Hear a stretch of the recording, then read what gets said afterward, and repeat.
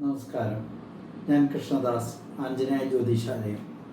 മനോജവം മാരുതതുല്യവേഗം ജിതേന്ദ്രിയം ബുദ്ധിമതാം വരിഷ്ഠം വാദാത്മജം വാനരയോധമുഖ്യം ശ്രീരാമദൂതം ശിരസാ നമാമി. ബജരംഗി മീഡിയയിലേക്ക് അവർക്കും സ്വാഗതം.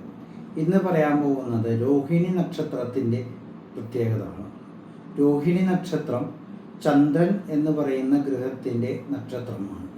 രോഹിണി നക്ഷത്രം മനുഷ്യഗണത്തിൽപ്പെടുന്ന നക്ഷത്രമാണ്.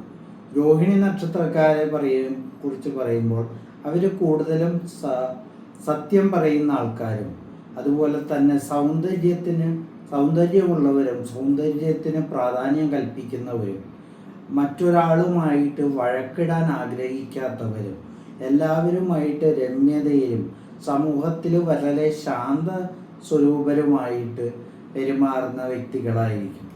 ഇവർ എല്ലാവർക്കും പ്രിയരും അതുപോലെ ഏറ്റെടുക്കുന്ന ജോലി നല്ല ഭയഭക്തിയോടു കൂടി ചെയ്തു തീർക്കുന്നവരും ശത്രുക്കൾ കുറഞ്ഞിരിക്കുന്നവരും അതുപോലെ തന്നെ ചില സന്ദർഭങ്ങളിൽ മാത്രം കുടുംബജീവിതം ഇവർക്ക് പ്രശ്നമായി കാണുന്നു. എന്നിരുന്നാലും ഒരു പരിധിവരെ ഇവർ നല്ല രീതിയിൽ ജീവിക്കുകയും ഉയർന്ന ജോലിയിൽ ഇരിക്കുകയും ഏതൊരു കാര്യത്തിൽ ഏർപ്പെട്ടാലും അത് നല്ല രീതിയിൽ ആകുകയും ഒക്കെ ചെയ്യുമെങ്കിലും ഇവരുടെ മനസ്സ് എപ്പോഴും അസ്വസ്ഥമായിരിക്കും.